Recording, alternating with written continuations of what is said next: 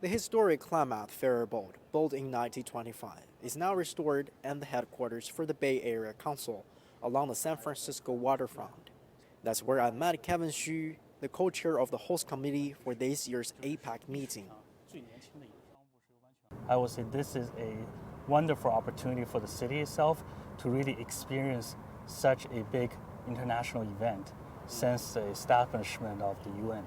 Because we know in the city needs some kind of way to bring the vitality back. Chinese President Xi Jinping is scheduled to meet here with his U.S. counterpart Joe Biden later this week. San Francisco has the second largest Chinese American community in the country. California Governor Gavin Newsom recently paid a visit to China, and President Xi Jinping also met with the governor.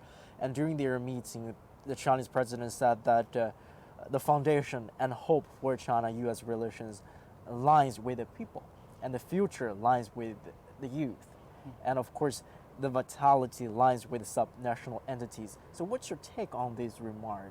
By the end of the day is how we people took those message back, how we people actually take home the information. And I would say I will recall a word from Governor Newsom during his visit in China.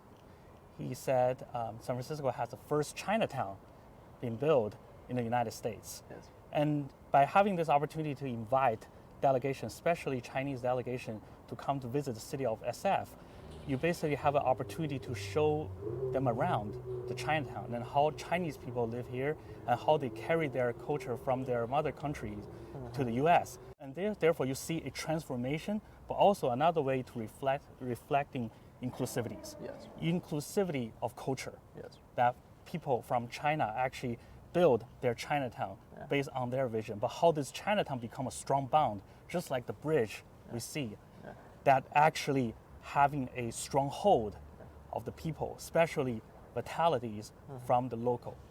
30 years ago in Seattle, the 1993 APEC Leaders Declaration, the U.S. was an advocate for building an open multilateral trade system and strengthening cooperation. Since then, there's been a growing protectionist sentiment.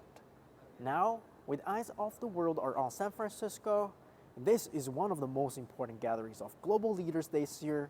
It's a golden opportunity for the whole city to shine and use this as an opportunity for economic change.